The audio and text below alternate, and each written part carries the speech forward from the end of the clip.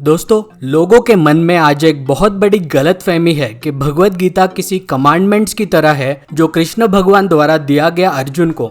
इसको लोग इस्लाम के कुरान या क्रिश्चियनिटी के बाइबल के फॉर्मेट की तरह देखते हैं, जो कि बिल्कुल गलत है। और ये गलत क्यों है, ये समझने के लिए इस वीडियो को आखिर तक जरूर देखिएगा। अगर हमारे चैनल का कंटेंट आपको अच्छा लगता है पर अभी तक आपने चैनल को सब्सक्राइब नहीं किया हो तो तुरंत सब्सक्राइब बटन पर क्लिक कर दीजिए और बेल आइकन को भी दबा दीजिए ताकि हमारा कोई भी अपडेट आप मिस ना करें। तो चलिए शुरू करते हैं। आप सभी का स्वागत है इंडियन ट्रेजरी ऑफ विजडम में। और आज हम सीधे चलेंगे स्क्रिप्चर्स के सेगमेंट में और पता लगाएंगे कि स्क्रिप्चर्स में क्या छुपा है। अगर आपको भगवत गीता किसी कमांडमेंट्स की तरह लगते हैं या किसी मोटिवेशनल स्पीच जैसा लगता है तो ये सोच आपको मिली है ब्रिटिशर्स की बदौलत। जी हाँ, ये ब्रिटिशर्स ही थे जिन्होंने भगवत गीता को ग्लोबली प्रमोट किया था अपने कार्यकाल में। आपको मैं बता दूं कि भगवत गीता ये इकलौता ग्रंथ नहीं है गीता इस नाम से। हमारे प्राचीन ग्रंथों में, खासकर हमारे पुराण और भगवत गीता जिस महाग्रंथ का हिस्सा है, खुद महाभारत में कई सारे और गीताएं मौजूद है। अनुगीता, व्याद गीता, अष्टवक्र गीता, उद्धव गीता, भीष्म गीता और इत्यादि बहुत सारे। ये सारे ही गीताएं अपने अपने तरीके के हैं और वैसा ही भगवत गीता भी है और हर गीता का एक अलग महत्व है। तो जैसे अब्राहमिक रिलीजन्स में एक बुक को प्राधान्य दिया गया मिलता है, वैसे प्राचीन काल में भगवत गीता को प्राधान्य नहीं दिया जाता था क्योंकि बाकी और भी गीताएं थे जिनको लोग पढ़ते थे। प्राचीन सनातन सभ्यता में हर ग्रंथ का एक अलग महत्व होता था और कोई एक इकलौता ग्रंथ एक पूरे सभ्यता को डिफाइन करे ऐसा भारत में कभी नहीं था। तो जैसा मैंने पहले कहा कि ब्रिटिशर्स ने भगवत गीता को इंग्लिश में ट्रांसलेट किया था और यूरोप में इसको हिंदुइज्म के बाइबल के तौर पर इसको प्रचलित करवाया गया। अब आपके मन में एक प्रश्न जरूर आया होगा कि आखिर क्यों, उनको आखिर ऐसा करने की क्या जरूरत पड़ी। तो इसका सीधा सीधा जवाब है कि उनको एक पॉइंट प्रूव करना था कि भारत में भी एक रिलीजन नाम की चीज है। ब्रिटिशर्स जब सनातन धर्म के विभिन्न ग्रंथों को पढ़ रहे थे और परख रहे थे तो उनको विभिन्न देवी देवताओं के पुराणिक ग्रंथ और पुस्तकें मिली और उनको हमारे कल्चर की ये मल्टीप्लिसिटी और डाइवर्सिटी कुछ रास नहीं आई, क्योंकि ये उनके अब्राहमिक कल्चर के एकदम विरुद्ध था।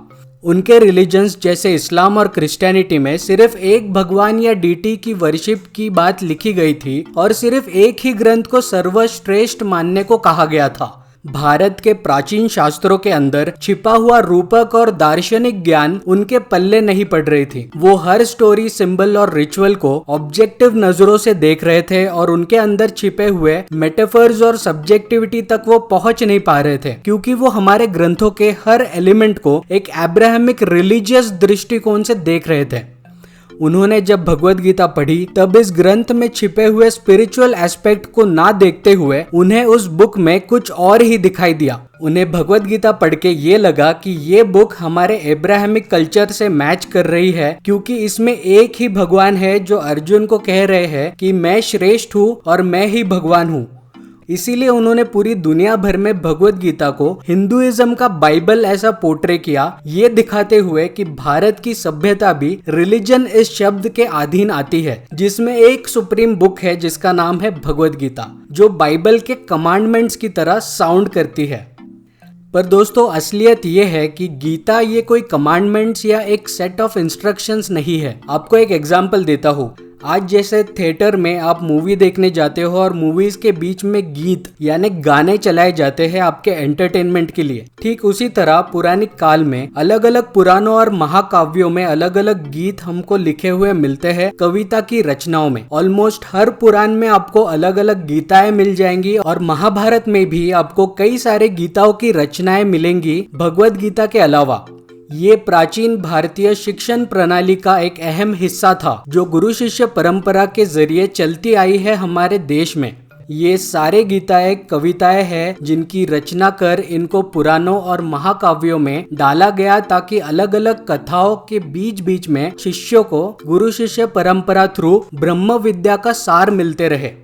रिलीजन का पर्दा अपने आंखों पर से हटाकर अगर भगवत गीता इस ग्रंथ को अच्छे से पढ़ा जाए तो हमें समझ में आता है कि ये बुक किसी एक अवतार या किसी एक स्पेसिफिक कैरेक्टर या इवेंट के बारे में ना होकर ये एक अनोखा फिलोसॉफिकल लिटरेचर है जो सृष्टि को चलाने वाला वो एनर्जी जिसको हम भगवान, ईश्वर, परमात्मा कहते हैं उसके बारे में इन डिटेल समझाया गया है। गीता में उस एनर्जी को ब्रह्मन कहा गया है जिससे ये पूरा ब्रह्मांड चलता है और ये पूरा ब्रह्मांड बना हुआ है। मतलब भगवान की ओमनी प्रेजेंस की बात कही गई है जो कि किसी एक रिलीजन स्पेसिफिक ना होकर ये यूनिवर्सली एप्लीकेबल कॉन्सेप्ट है। Without any doubt Bhagavad Gita अपने आप में ही बहुत अनोखा है। ये हम आम नागरिक जो संसार में जीते हैं हमारे जीवन के सारे कठिनाइयों को दूर करने की क्षमता रखता है और हमारे जैसे आम लोग आध्यात्मिकता की ओर कैसे बढ़ सके एक प्रैक्टिकल तरीके से इसकी राह दिखाता है। इसीलिए इस बुक को इतना ज्यादा सहारा गया दुनिया भर में। दोस्तों कंक्लूजन में यही कहूंगा कि हमारे देश के प्राचीन काल का सनातन धर्म कोई रिलीजन नहीं है और भगवत गीता और उसमें छिपा हुआ ज्ञान यूनिवर्सली एप्लीकेबल कॉन्सेप्ट से डील करता है और इसमें बहुत ही अमूल्य ज्ञान है हम सभी के लिए। और जो लोग इस अनोखे ग्रंथ को हिंदुइज्म का बाइबल या कुरान समझते हैं ऐसे लोग हमारे प्राचीन भारतीय सभ्यता को ठीक से समझते ही नहीं है और वो लोग भी हमारी संस्कृति को आज उसी दृष्टिकोण से देख रहे हैं जिस दृष्टिकोण से इतिहास में ब्रिटिशर्स देख रहे थे। दोस्तों हर हफ्ते रविवार को मैं और इस चैनल के कुछ सब्सक्राइबर्स मिलकर भगवत गीता के श्लोकों पर समालोचना करते हैं और हर श्लोक को बहुत ही प्रैक्टिकल और लॉजिकल तरीके से समझने की कोशिश करते हैं। इन सेशंस में मैं अपना एक्सट्रीमली डिटेल्ड एनालिसिस प्रेजेंट करता हूँ to all attendees with interesting examples and explanation और मैं चाहता हूँ कि आप सभी सब्सक्राइबर्स हमारे इन सेशंस के साथ अवश्य जुड़े। भगवत गीता के वीकली सेशंस में मेरे साथ अगर आपको जुड़ना है तो तुरंत डिस्क्रिप्शन में दिए गए गूगल फॉर्म को फिलअप कर दीजिए। So that's all for today friends. दोस्तों अगर आप इस चैनल के कंटेंट को पसंद करते हो और वीडियो टॉपिक्स के रिसर्च में मदद करना चाहते हो तो इस चैनल को फाइनेंशियली सपोर्ट करने के बारे में जरूर सोचें। वन टाइम कंट्रीब्यूट करने के लिए आप हमें गूगल पे कर सकते हो इस नंबर पे और ये हमारा UPI ID है ITW@IDBI जहां आप किसी भी मनी ट्रांसफरिंग ऐप से ट्रांसफर कर सकते हो। आप हमें हमारे बाकी सोशल मीडिया प्लेटफॉर्म्स जैसे फेसबुक और इंस्टाग्राम पर भी फॉलो कर सकते हो। जल्दी से कमेंट सेक्शन में जाकर हमें बताइए ये वीडियो आपको कैसा लगा।